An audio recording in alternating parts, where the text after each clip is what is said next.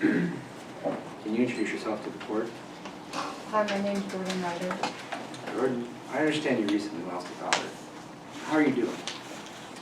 Terrible. This whole thing has been awful and confusing. I'm just mentally and physically exhausted. I'm sad and terrified, and it's how you would expect. It's terrible. I know this is hard to reflect. Can you tell us about your family? Sure. I met my high school sweetheart, in high school. We had Parker at a young age, and shortly after, Terry, my husband, he passed away. And that was really tough. And my parents helped out a lot, thankfully. But then they both passed away in a car crash shortly thereafter. So it was just me and Parker for the longest time. My stepbrother, Corbin, he helped out, half-brother, but he had a lot of drinking problems. Our whole family was just a mess, and all I wanted was for Parker to be able to just have some decent way to grow up and be able to believe in herself. What was Parker like? She was awesome.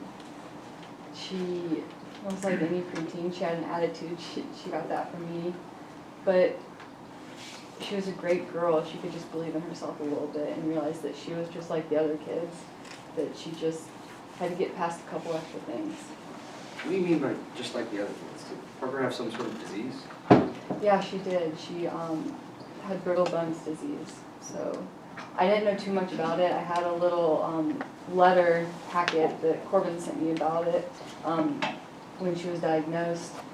But she broke a little easier. That was it, you know. She still got along just fine, and she was still normal mentally and everything else. She just had to be a little extra careful sometimes. How did Corbin treat Parker's condition? He was just kind of lazy about it and selfish.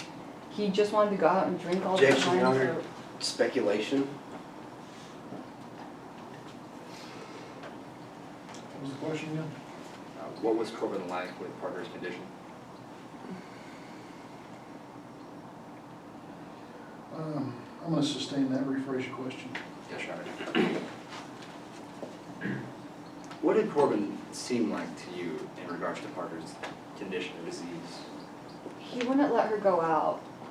He kept her inside, and she never got to really hang with the other kids or do anything. So she wasn't able to grow and just get better. Do you think that was healthy for Parker? Not at all, especially not mentally. Like I said, I just wanted her to believe in herself, and she wasn't able to do that when she kept being told that she couldn't do these things that any normal kid could do. So what did you decide to do? I wanted to take her away from that. I wanted to get to know her a little bit better, and I was told, you know, maybe you can take her camping. I'm part of this little mom's Facebook group where with kids with brittle bones disease, and they all talked about how just getting outdoors is really helpful and spending one-on-one time with your kid. So I decided to take her camping, get her out of that terrible house with broken bottles everywhere and just smelled like smoke, and it's where she was cooped up all the time. Where'd you decide to go camping? Calkins Campground. Can you walk us through that trip? Sure. We showed up, got some breakfast at a little cafe, bought some supplies for the trip, and then we checked in, went to campsite 12, both of our favorite numbers actually, and then we just got settled in, decided to go for a hike. Where'd you go hiking? We went to Lacrone Loop. That was the one that was actually recommended to us. It was shadier.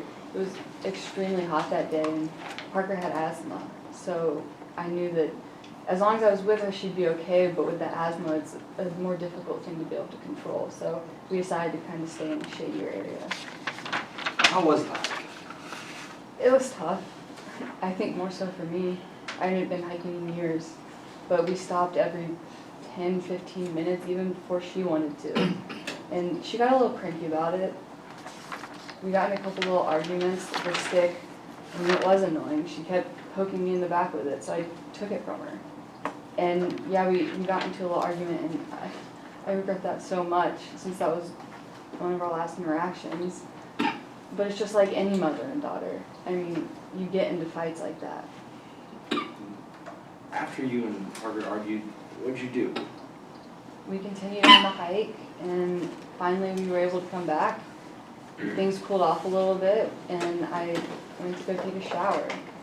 She said she would stay put, and she also talked a little bit about how she was maybe going to go take some pictures, but not too far off. So when I got back, she wasn't there, and I didn't think too much about it at first. But did Parker come back? No. What did you do as the day grew later? I started to get worried. Decided to go looking for her, and I had no service. I wanted to be able to track her, but I couldn't. So I got in my car and I went back to the cafe because I remembered they had Wi-Fi. And that's where I, again, tried to track her, nothing. So I came back and stayed put because I still figured she would come back. It never crossed my mind that something this terrible could happen. I just figured at the worst, maybe she would trip and fall and bruise something. But I stayed put so that she would be able to come back and find me. Did she come back? No. No. What happened the next morning? I guess somewhere through the night I fell asleep. I tried my best to stay awake. I was worried sick, but neither of us had gotten a lot of sleep in the last couple of days since we'd been out and planning for this trip. So I dozed off and Detective Chesney woke me up. What was Detective Chesney like? Rude.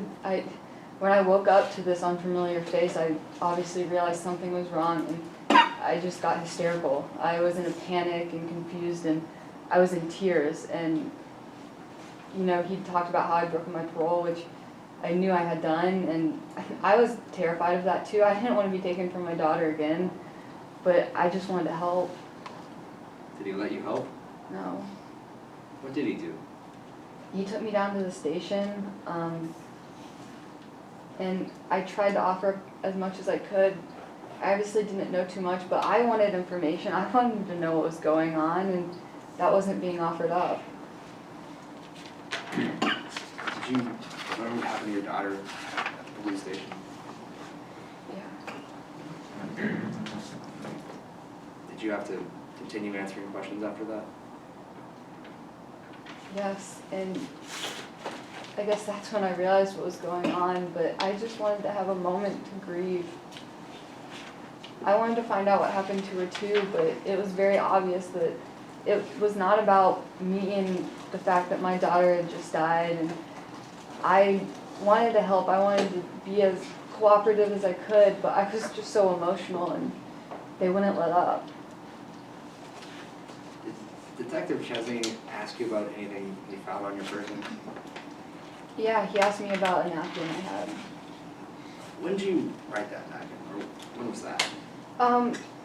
There were pieces to it. Some of it was from earlier, and then it was also when I was down at the cafe for that second time, trying to locate Parker. I was worried. I obviously figured the police would get involved, and I was worried about the parole. I knew that they would take me away, and I didn't know what to say to them. I talked to police before, and I knew how harsh they could be, so I just was trying to figure out my ideas and what to say to them.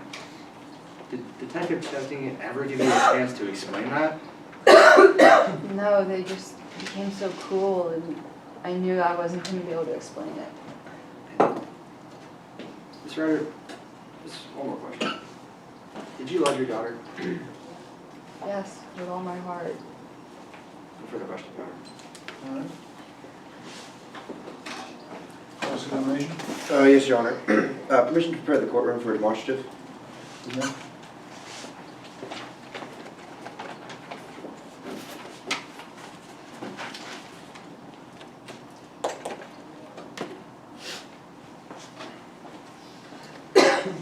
May I proceed? Ms. Ryder, you don't have a lot of money saved up, do you? No, I don't. And you would agree with me that 10 grand isn't as much as 200 grand, correct? No, it's not as much. 200 grand is significantly more. That's right. 20 times as much, correct? Judge, Your Honor, has an answer. We established that $200,000 is more than $10,000. I tend to agree. Move on, sustain. And then, pardon me, you went to a bait and tackle shop with your daughter, correct? I did. And you bought a hiking stick there, correct? Right, we bought some supplies that day. And one of those supplies was a hiking stick? That's right. And then you got in an argument with your daughter over this hiking stick. Later, when we were on the trail, we got in an argument about it since she'd been poking me with it. You didn't get in an argument at the bait shop? Oh, we also, yes, I didn't think she needed it. I just wanted her to realize that she could go on this hike without it. But you did buy this stick. I gave in eventually, yes. And then you decided to increase your daughter's life insurance policy. By recommendations of the doctors, they mentioned getting the life insurance, and having 3 family members die, it was something I didn't even want to think about, but something I knew was a reality at this point. So it had been on my to-do list, and I finally got around to it. But it made me feel sick doing it. So sure, that's a yes. After getting in this argument, you increased the life insurance policy? I apologize, which argument? Or after buying the stick? My apologies. Yes, when we were at the cafe later, I sat down and started working on it. And would you recognize a copy of this life insurance policy? I would. Mr. Bush, opposing counsel. Do I? Oh, yeah, sorry. Commissioner Bush, the witness. Do I? And would your honor like a courtesy copy? You recognize this, correct? Yes. And it's a fair and accurate copy? Yes. And this has not been changed or altered in any way? I don't think so, no. This is your daughter's life insurance policy. That's right. Your Honor, the prosecution offers Exhibit 25 into evidence. Objection, Your Honor, this document is hearsay. Your Honor, according to Rule 803.15, a document that affects an interest in property is an exception to the rule of hearsay. Okay, response. Your Honor, I believe that this document isn't in strict terms related to this document or this exception itself, an interest in property. Furthermore, I don't think counsel has established that through the questioning of this witness. And it has to show that there were later dealings with the property that are inconsistent with the truth of the statement or the purport of the document. And he hasn't showed that either, Your Honor.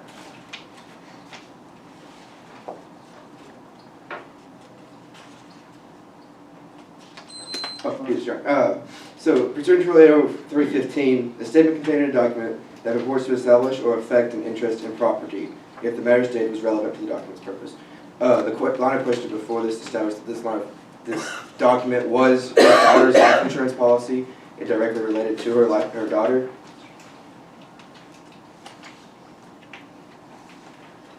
Your Honor, if I may, I believe that this exception was designed for literal property, not money, in the sense that counsel is trying to make it out to be.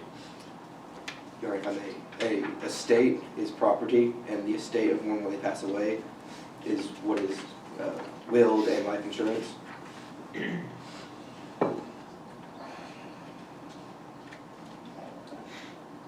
Talk to me about 803.6. Why is this not a record of a regularly conducted business activity?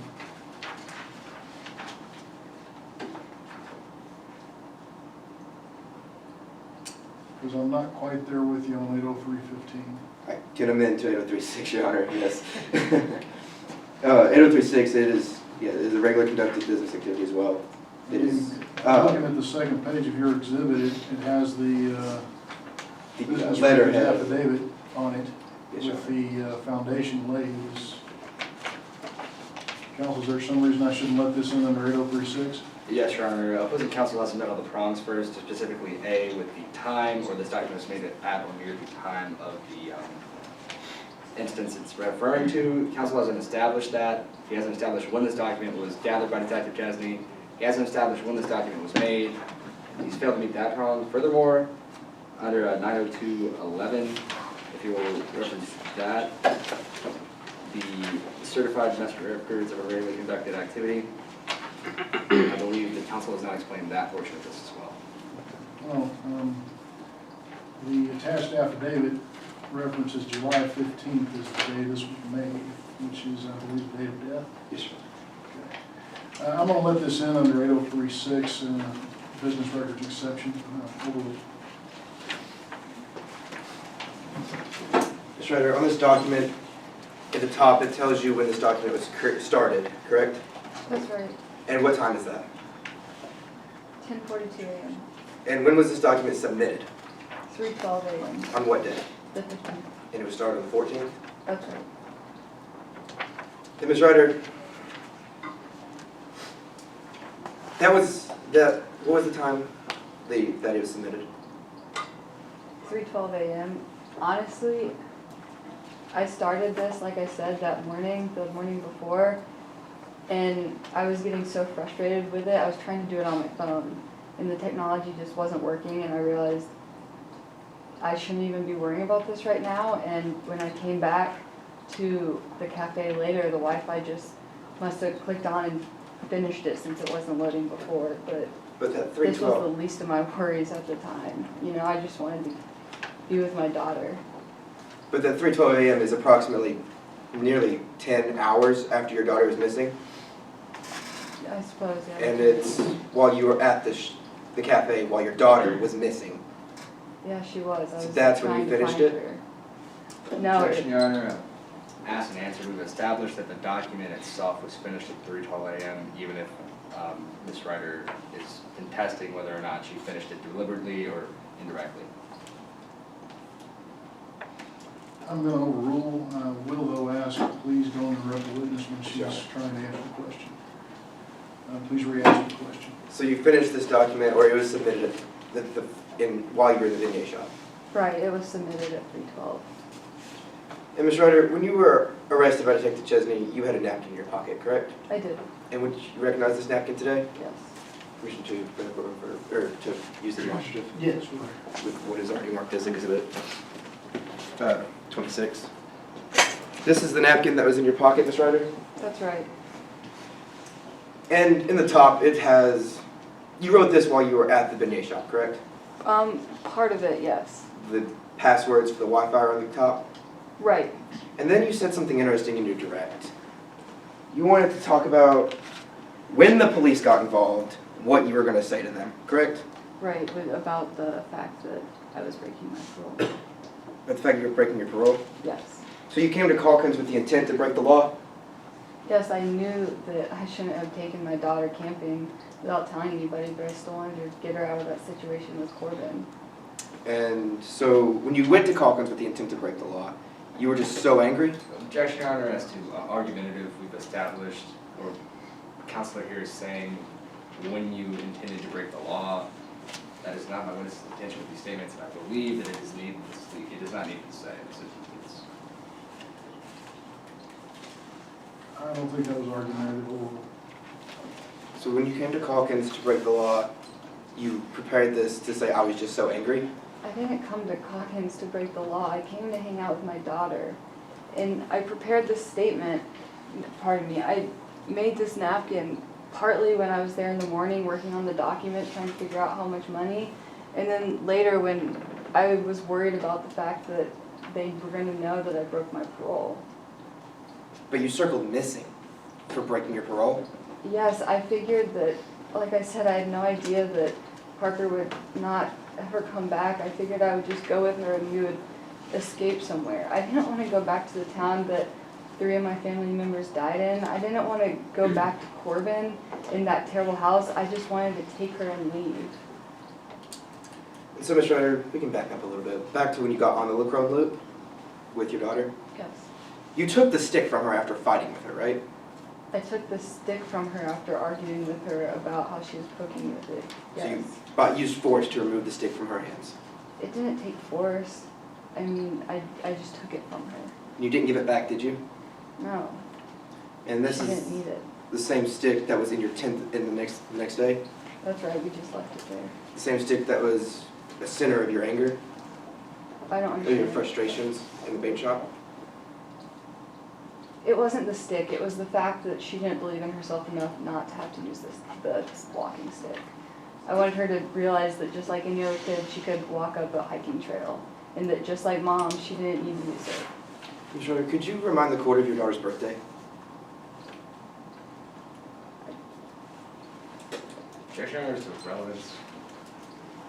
What's the relevance, counsel? Your Honor, she said that she loved her daughter, and if she loved her daughter, she would know what her daughter's birthday is. And this is, relevance is a low bar at that, Your Honor, and this is going to the credibility of the witness.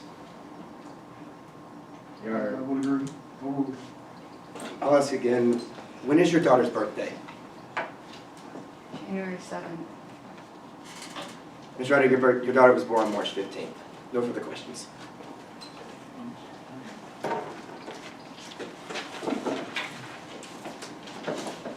Your Honor, regard. Yeah, go ahead. Did Detective Chesney, have you ever asked you why you wrote that napkin? No, Did he ask you what was going on when you wrote that napkin? no, Did he ask you why you changed your life insurance policy? no, he didn't ask me any of those things. Did he ask you when you changed your life insurance policy? No, Do you feel he targeted you? absolutely. No further questions, Your Honor. Permission to deconstruct the demonstrative and retrieve the note that fell. Sure, you recross? No, Your Honor. Okay, you may step down.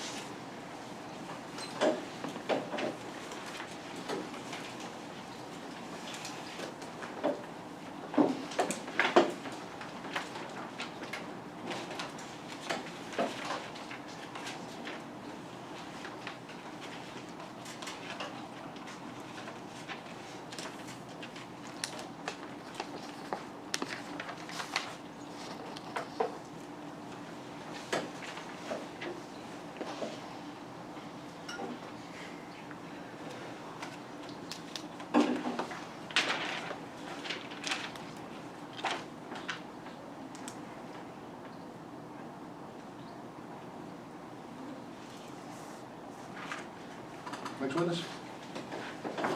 Yes, Your Honor, at this time, the defense would like to call Cameron Lee to the stand. All right.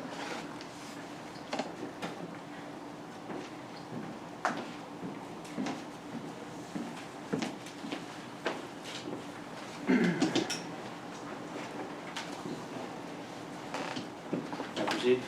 You may. Good afternoon, Mr. Lee. Afternoon, good sir. Can you please introduce yourself to the court? Yeah, my name is Mr. Cameron Lee.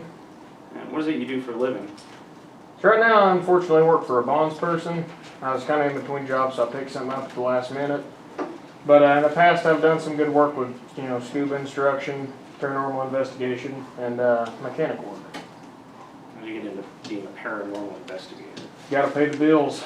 Plus, I had a good friend in New Orleans, and we like to watch Ghost Hunters. I had it on recording with DVR, so I figured I'd go look into it.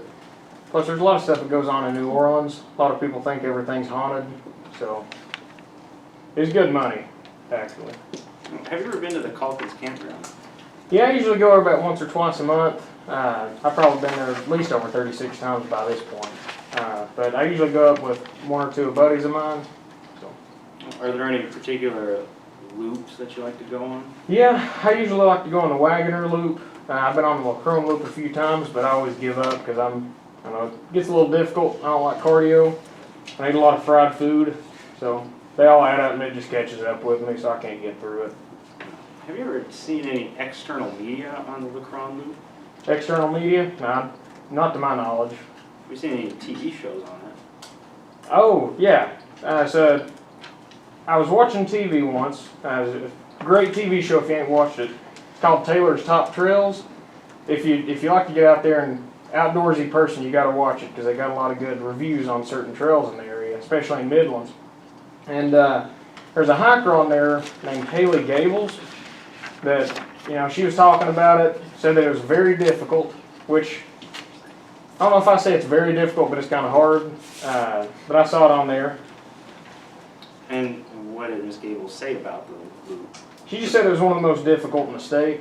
I didn't really agree with that, So, I like to say that I'm a kind of a brave person. I mean, I did investigate paranormal entities in New Orleans, so. Now, are there any warning signs on the prom loop? Yeah, there's one right when you get on there, kind of talks about some injury and death, but No. I never pay much attention to stuff like that. If I show you a picture of it, would you be able to recognize it? Absolutely. Your Honor, I'm approaching opposing counsel. We previously marked exhibit 5. Your Honor, may I approach the witness with the same? And would Your Honor like a courtesy copy? Oh, thank you. Approach it. Now, what is this I've just handed you, Mr. Lee? This is the warning sign at the beginning of the loop. How do you know that? I've been on it several times. Is this a fair and accurate copy? I'd say so, unless they changed it in the last week. So it hasn't been altered? No, not to my knowledge. Your Honor, move to enter into evidence was previously marked as exhibit 5. No objections, Your Honor. The individual. Now, Mr. Lee, are there any statements on the sign that really stick out to you? Yeah, I mean, I would say that avoid climbing down, use alternative return route. There's kind of some sharp edges on the loop, so I wouldn't recommend climbing down the side of one. So. Does this sign mention any injuries or death at all? Yeah, it also says falls on this mountain have resulted in serious injury and death. Objection, Your Honor, as to accumulation of unnecessary evidence.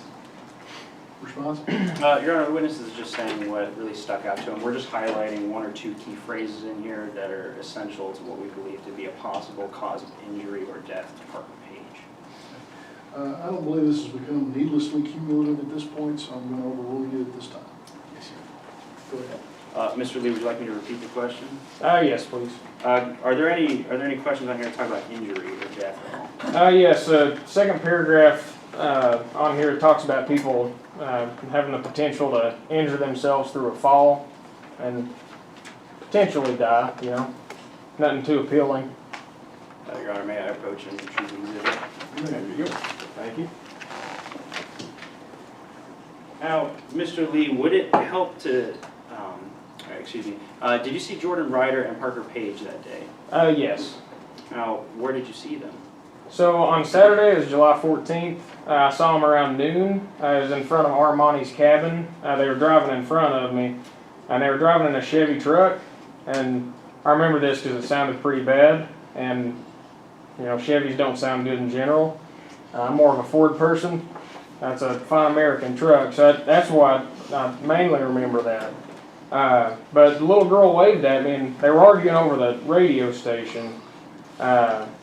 Jordan was wanting to play country music, which I would have sided with, and she was wanting to listen to Pop 2K, something like that. But Did you ever see Jordan and Parker again? yeah, so later that afternoon, I was eating lunch at a picnic area. I was having a fried spam and mustard sandwich, and they were walking up right in front of me going to the LeCron Loop. And, you know, he was in the front, Jordan was in the front, and, you know, she seemed real nice. I said hello, and then I saw Parker in the back, had a little bit of a gimpy leg, and was carrying a hiking pole. So I told her hello, saw she had on a U.S. National Women's Soccer Team jersey, and I'm very patriotic, so I was a big fan of that. So I saw them then too. Now, did you ever see them near a bridge? Yes, it was about 4:30 that afternoon. I was out cooling off my feet in the pond. It was kind of hot that day. Plus, I like feeding the fishes with bread. They got a lot of good brim in there. So I was out there, and I had a semi-obstructed view of the bridge from where I was from. I was on the north side of the pond, close to the bridge, and where I was, I specifically remember seeing Jordan cross the bridge. I mean, I never forget a face when I see one. And then about 10 minutes later, I heard someone else crossing the bridge. I assumed it to be Parker. I didn't see it specifically be Parker because it took me a few seconds to turn my head, and by that point, they were gone behind the trees. So. Can you identify Miss Ryder in court here today? I can. Can you do it right now for us? Yeah, she's right there. Your Honor, let the record reflect that the witness has correctly identified Miss Ryder.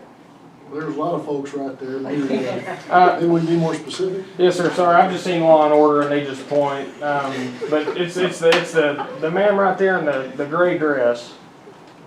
The record will reflect you've identified this writer. Oh, Mr. Lee, did you ever speak with the police about today's case? Yes, after I left on the 15th, I was going on vacation down in Aruba.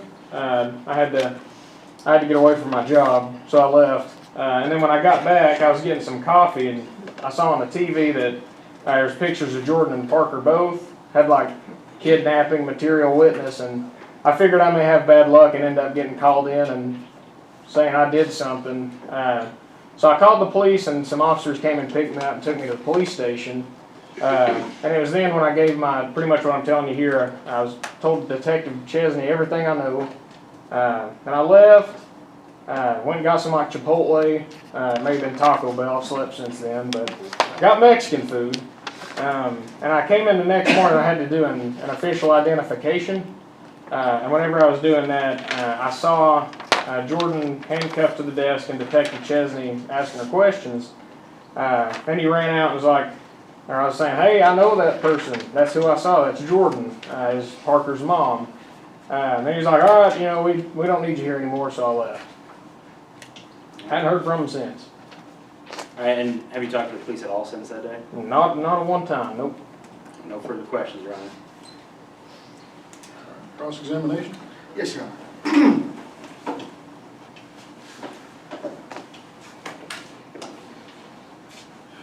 May I proceed? You may. Mr. Lee, you consider yourself an expert hiker, is that correct? Expert camper, and I like to fancy myself when I like to go out quite a bit. So, Mr. Lee, you are not an expert hiker, is that what you're saying? Not an expert hiker, just an expert camper. Mr. Lee, do you go to the Lacrone Loop twice a month? I go to the Calkins campground about once or twice a month. And you've been on the Lacrone Loop before? Yeah. And you go there twice a month? Not necessarily the Lacrone Loop. Like I said, I go to Calkins campground once to twice a month. And if I'm feeling a little fit, then I'll try Lacrone Loop. But like I said, I pretty much always give up and come back down. So you have sufficient experience with the Calkins Campground and Lacrone Loop? Yes, that is correct. Thank you, Mr. Lee. Now, you had an encounter with the defendant and Parker Page on the weekend of July 14th at 2:30 p.m. That is correct. And during this encounter, you had noticed that the little girl, Parker Page, in your words, had a bit of a gimp leg. That is correct. So you could say she was limping. That is correct. And she was favoring this right leg. Yes, sir. Even while using a hiking stick, Yes, sir. That is correct. it was still noticeable that she was favoring her right leg. Yes, sir. She was gimpy on the right side and was carrying the hiking pole. And during this encounter, they had headed out to the trails. Yep. Which trail were they heading out to? It looked like they were going to the Lacrone Loop. And you've said in your experience that this Lacrone Loop is incredibly difficult, in your words. I mean, I've heard it was difficult and it's not easy, but I wouldn't say that it's incredibly difficult. I like a challenge every now and then. Mr. Lee, given your experience with types of media, things of that nature, you've seen that this loop is considered incredibly difficult. Yeah, I would say most people aren't as brave as myself. I don't want to brag, but I have been observant and I have seen people say that it is difficult. Yes. So, Mr. Lee, to bring you back to my question, that would be a yes. Yes. And you witnessed Parker Page, so this little girl with a gimp leg, head out to the same Lacrone Loop that you yourself, an expert camper hiker, you're not even able to finish. It looked like they were going that way, yes. And you said that those are your words, yes? Yes. All right, thank you. Now, Mr. Lee, when you were having this encounter at 2:30 on July 14th with Parker Page, you had had a brief conversation with them, yes? Yes, that was whenever I was eating my fried Spam and mustard sandwich at the picnic area. And Mr. Lee, during this encounter, you had maybe said 2 or 3 words to Parker Page during the time which the defendant yelled, rather shouted, "Let's go," to Parker. Is that correct? Yes, she was a little bit behind, and he's like, hey, let's go. But Mr. Lee, in your words, shouted. Yes. Thank you, Mr. Lee. Now, I want to talk about the following encounter you had with them around 4:30 p.m., as you previously mentioned.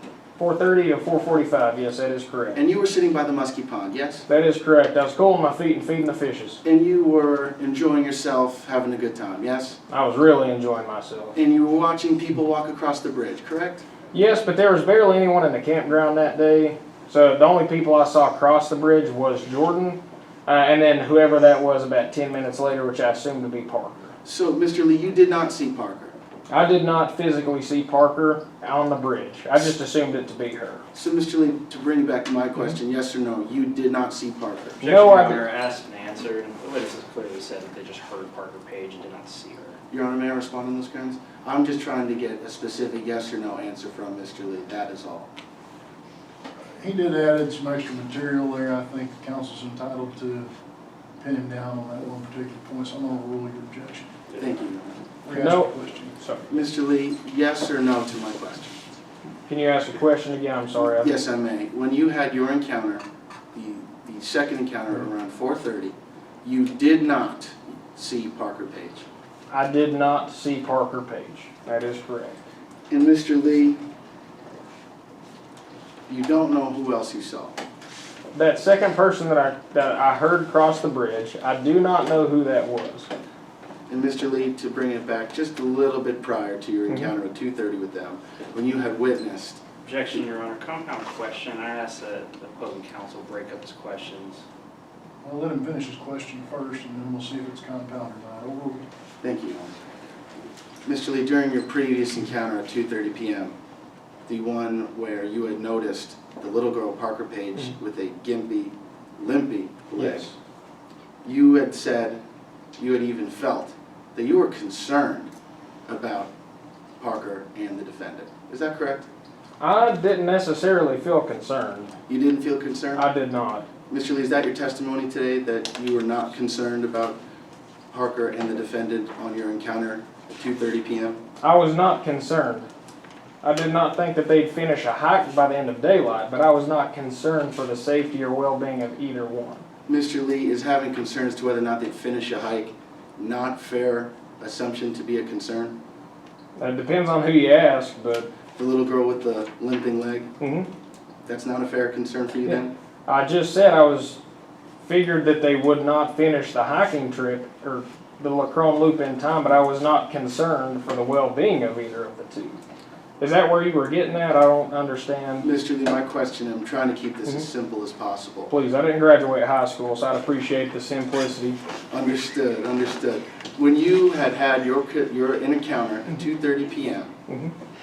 when the defendant and Parker left, you were concerned for their well-being. I was concerned that they wouldn't finish the trail in time if they were doing the Lacrone Loop. Thank you, I have no further questions. Redirect? No redirect at this time, Your Honor. I just asked that witness be excused. You may step down. Thank you, sir.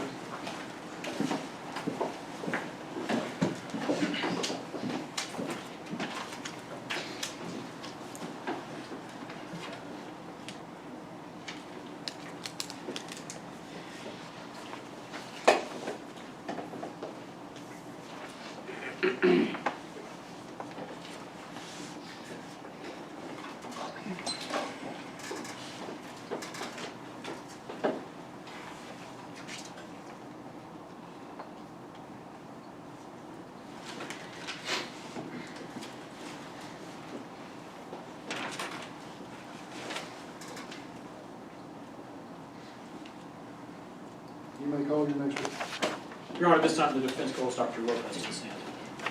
Very well.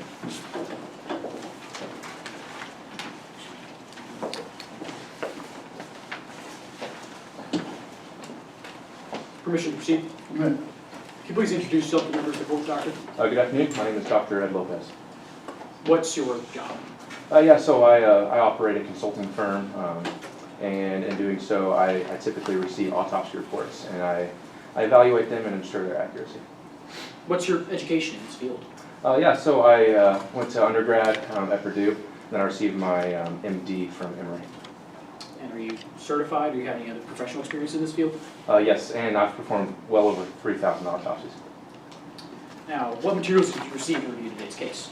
For this case in particular, I received an autopsy report from a Dr. Quincy. And were there any other materials received? The full medical history of the victim. And were these sufficient to reach a conclusion? Yeah, definitely. And what methods did you use in coming to your analysis? All the standard methods that I typically use. However, I did have to tweak the time of death. Typically, you just use a simple formula. However, due to the fact that the victim had a higher level of osteogenesis imperfecta, I was able to tweak it a little bit to make sure that it was more accurate. And did you apply these methods reliably in your analysis? Yes, same way I always have.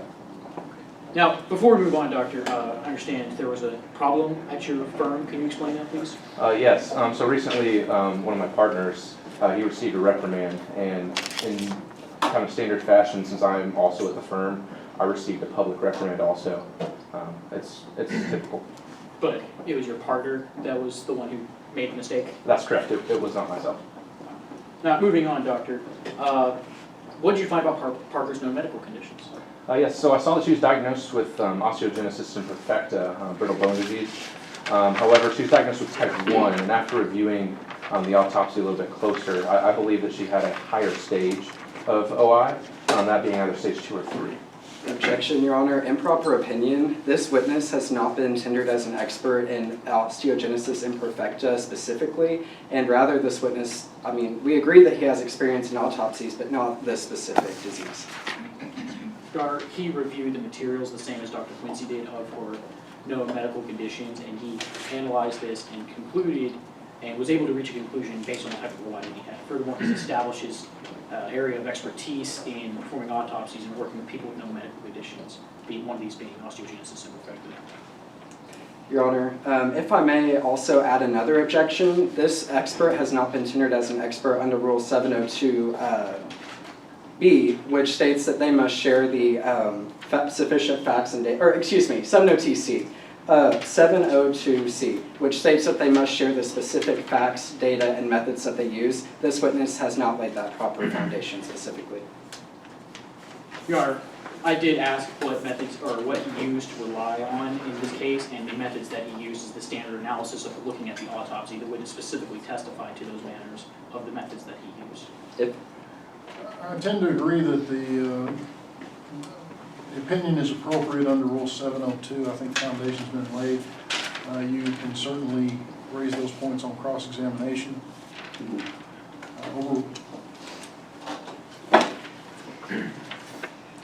Would you like to repeat the question, Doctor? Yes, please.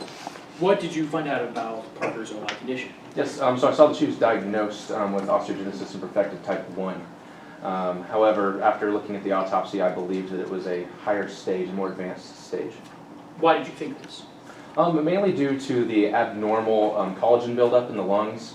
That is typically something that you'd see with a higher level of osteogenesis. Can you explain collagen buildup in the lungs? Yes, so collagen building up in the lungs can lead to respiratory issues, shortness of breath, dizziness. And how would this would have affected Parker?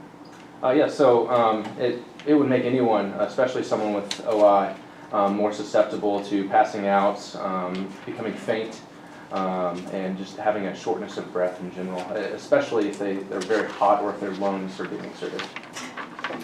And what did you conclude about Parker in having these issues?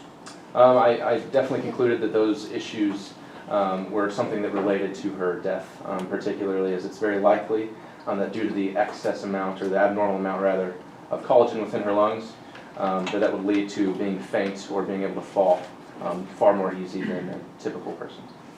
Now, moving on, Doctor, in Dr. Quincy's report that you reviewed, he mentioned the left collarbone bruises and issues. Can you explain your analysis on this topic? Yes, of course.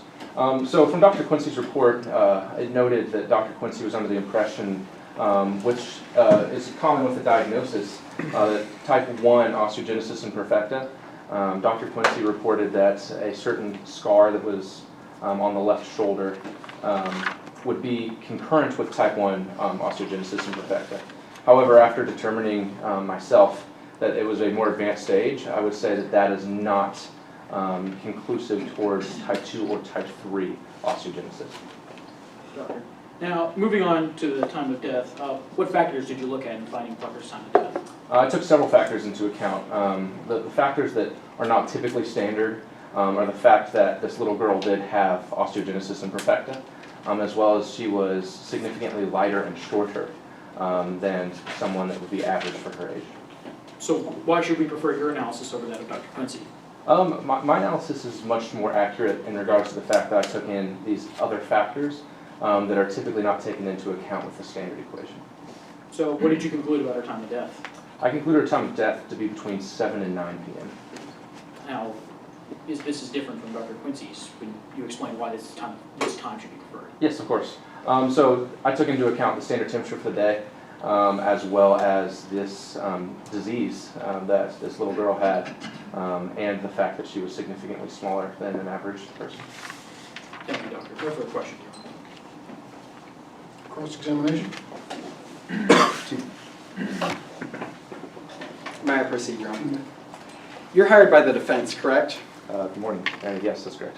And you are getting paid $12,000 just to walk through that door and testify today. On top of travel fees and all of my time that I spend in analyzing, yes. So that's a yes to my question. You're being paid $12,000 to testify today. That is a yes to your question. Now, additionally, you were paid another $7,000 for the work that you did in reviewing these documents, correct? That's correct. So you're being paid $19,000 in total by this side of the room. Which is typically standard, yes. Moving on, you made claims about Parker's time of death, correct? Yes. And you included Parker's osteogenesis imperfecta in this time of death. Yes, I did. You claim that Parker has a more severe type of OI than Dr. Quincy did. After analyzing all of the materials I received, yeah. However, some of the materials that you did receive were Parker's medical records, correct? Correct. And these medical records show that Parker has type 1 OI. Your Honor, I'd ask the opposing counsel move so we can see this. I can do that, Your Honor. Okay. Also, if he's blocking you, feel free to get up and move where you see. Yes, Your Honor. You claim that Parker has a more severe type of OI, correct? Again, after analyzing all the materials, I decided that, yes.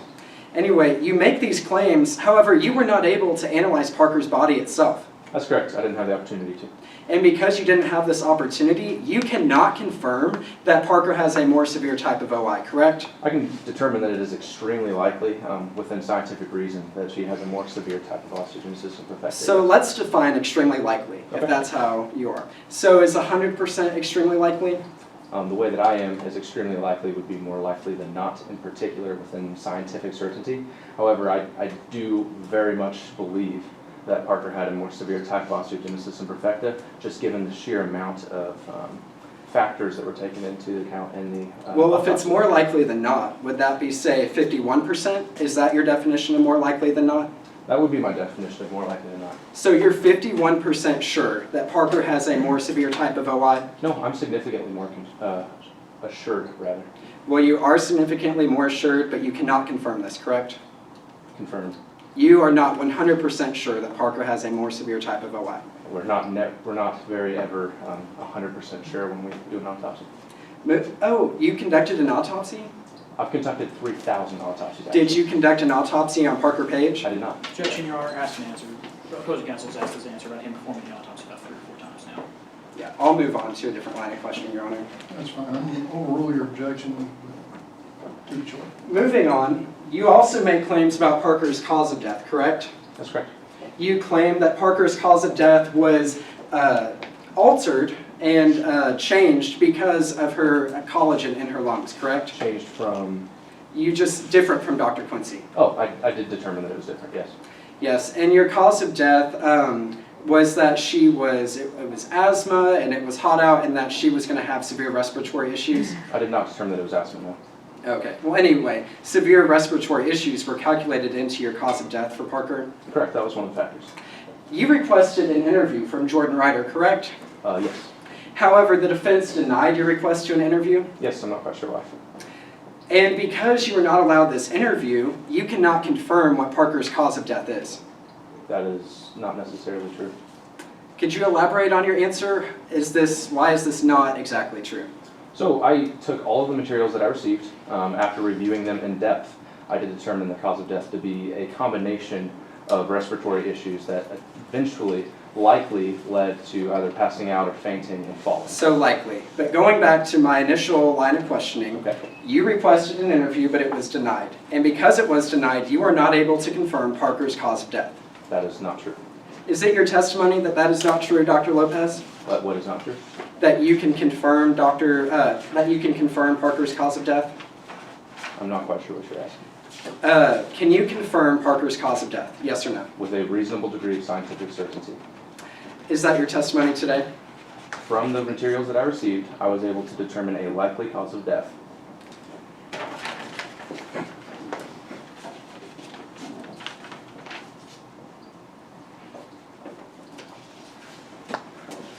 You remember preparing a report for today's case, correct? Yes. And approaching opposing counsel with this report. 179. Now, approaching the witness with the same. Dr. Lopez, is this the report that you prepared for this case today? It appears to be so. Is that your signature on the back? Yes, it is. Has it been altered in any way? Does not appear to be so. Now, please read silently as I read aloud. I would note that speaking with Jordan Ryder would have significantly aided my analysis to confirm Parker's mobility was limited by her OI condition and that she suffered an accidental fall. Do you remember writing this? Counsel, where is this? You didn't point me to a line number. Oh, line 179. Right there. Now are you refreshed? If you would read it again. I didn't hear you since I couldn't read. I would note that speaking with Jordan Ryder would have significantly aided my analysis to confirm Parker's mobility was limited by her OI condition and that she suffered an accidental fall. It would have been awesome if I could review the entire body, if I could have been there the day of the death. Any of those factors would have aided. However, again, I was able to conclude with a reasonable degree of scientific certainty the likely cause of death. Moving on, permission to approach the witness. Objection, Your Honor, is to improper impeachment. The opposing counsel listed no conflicting testimony. The witness testified as what on the report that is what he'd already said. I tend to agree. I'm going to have to sustain that objection. Yes, Your Honor. We motion to strike offending testimony. The jury will be instructed to disregard. Moving on, you and your firm have come under scrutiny by the Midlands Ethics Review Board, correct? My firm has, yes, a partner of mine. And what was your partner's name? Brindle, Brindle? Dr. Brindle. All right. And you yourself failed to self-report his ethics violations. Yes, oftentimes when a member of a firm receives a public reprimand, the other members of that firm also do. So it can be confirmed that you and your firm violated Midlands ethics reviews. I personally did not. No.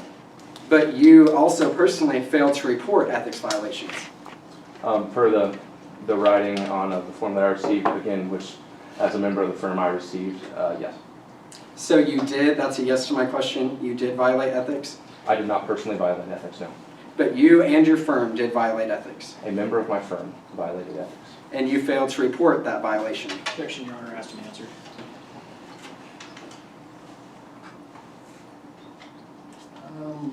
Not quite. I'm going to overrule that. So is that a yes to my question? When you're referring to ethics, what are you referring to? Your ethics violation, you failed to self-report the ethics violations that your partner committed and your firm committed overall? Per the report I received, I failed to self-report. All right, no further questions, Your Honor. Clerk, for your Your Honor. Now, Doctor, the fees you're receiving as a report of today's trial are standard for your field, are they? Or Definitely. It's something that I typically receive. Okay. And were the materials you reviewed still sufficient to reach a conclusion? Significantly so. Okay, finally, Doctor, can you again go over explain the violation? Was it against you? No, it was against a member of my firm, and then I received a public reprimand just due to the fact that I also work with the firm. So it was with your firm? Correct. No further questions, Your Honor. Any recross? No, Your Honor. You may step down. Thanks, sir. Thank you.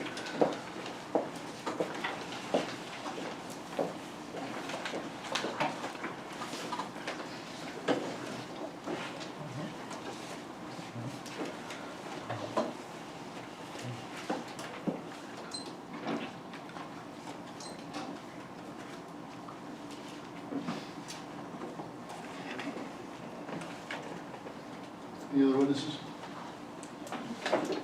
Your Honor, the defense rests its case in chief. Very well. How about a 5-minute break? Reconvene at 4:36. Your Honor, permission to request the bench to receive evidence. Yes. We all need to do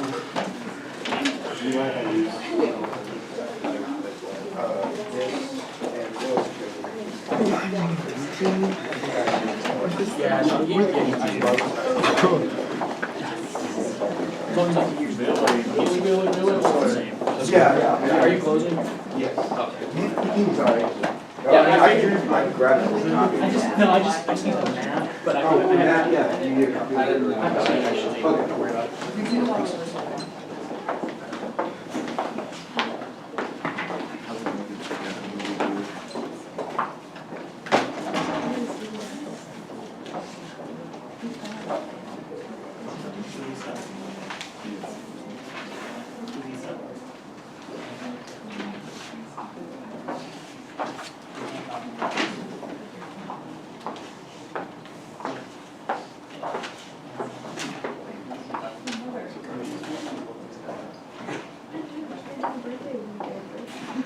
My grandma told me 2 years ago, wish me a happy 14th birthday.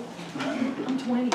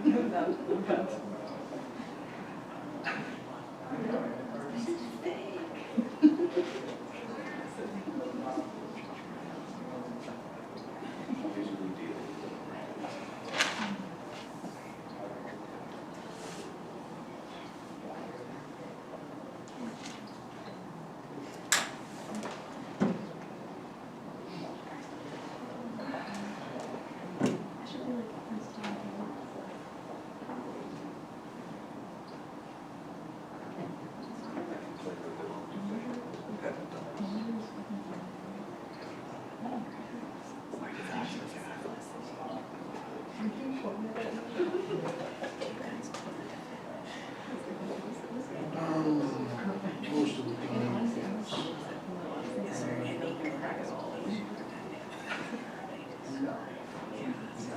Just gotta take that one.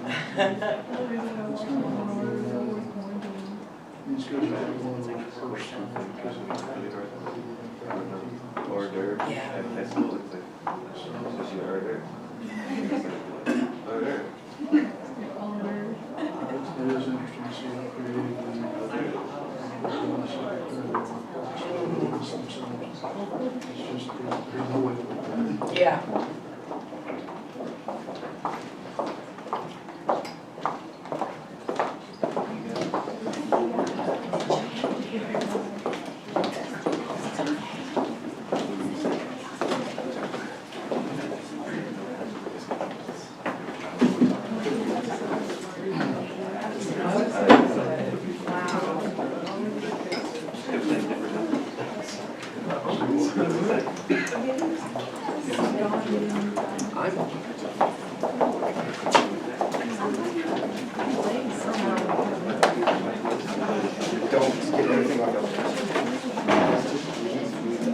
this stuff, that's all. Please. Oh, yes, thank you, Joe. Thank you. I thought I had a copy. Can you use it? I don't have a copy.